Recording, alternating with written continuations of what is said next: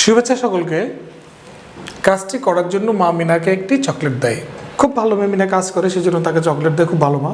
কিন্তু সমস্যাটা হচ্ছে যে চকলেটটা প্রিপেইড না পোস্টপেইড। মানে মা মিনাকে একটা চকলেট দিয়ে বলে যে তুমি কাজটা করো, এরকম বোঝাচ্ছে, নাকি মা মিনা কাজটা করে সেজন্য মা একটা করে চকলেট দেয় পুরস্কার হিসেবে।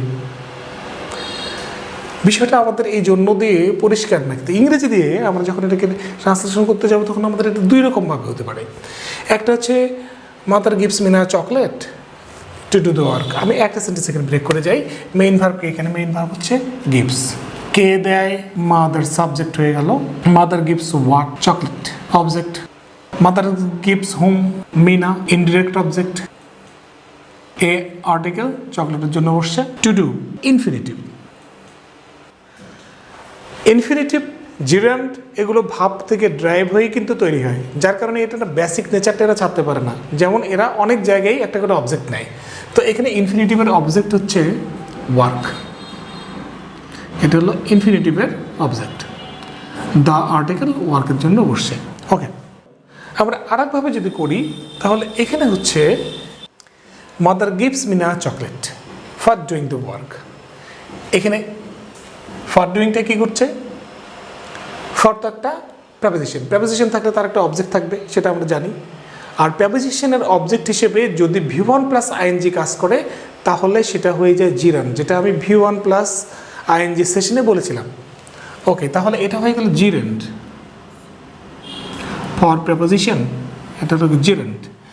একই কথা যেটা আগেও বললাম যে ভার্ব থেকে ডেরাইভ হয়েই জিরেন্ট অথবা ইনফিনিটিভ হয়, তো সেগুলো অনেক সময় একটা অবজেক্ট হয়। এখানে জিরান্ড অবজেক্ট নিচ্ছে ওয়ার্ককে, দ্য আর্টিকেল ওয়ার্কের জন্য বসছে, এটা হলো জিরান্ডের অবজেক্ট, এটা জিরান্ড।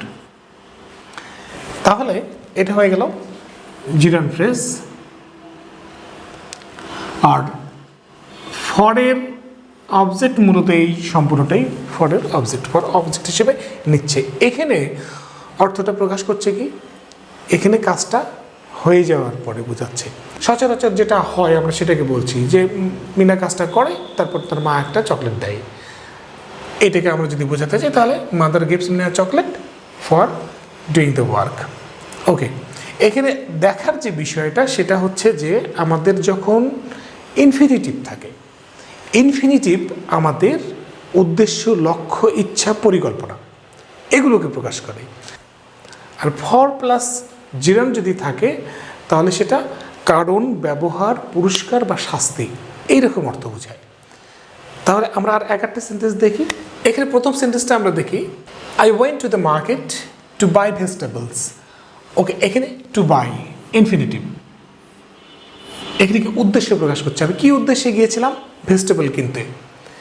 Thank you for helping me, for helping. এখানে কি বোঝাচ্ছে? কারণ। ধন্যবাদটা কেন দিয়েছিলাম?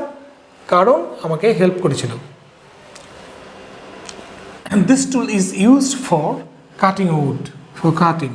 এখানে কি একটা ব্যবহার বোঝাচ্ছে যে এই টুলটা কি জন্য ব্যবহার করা হয়?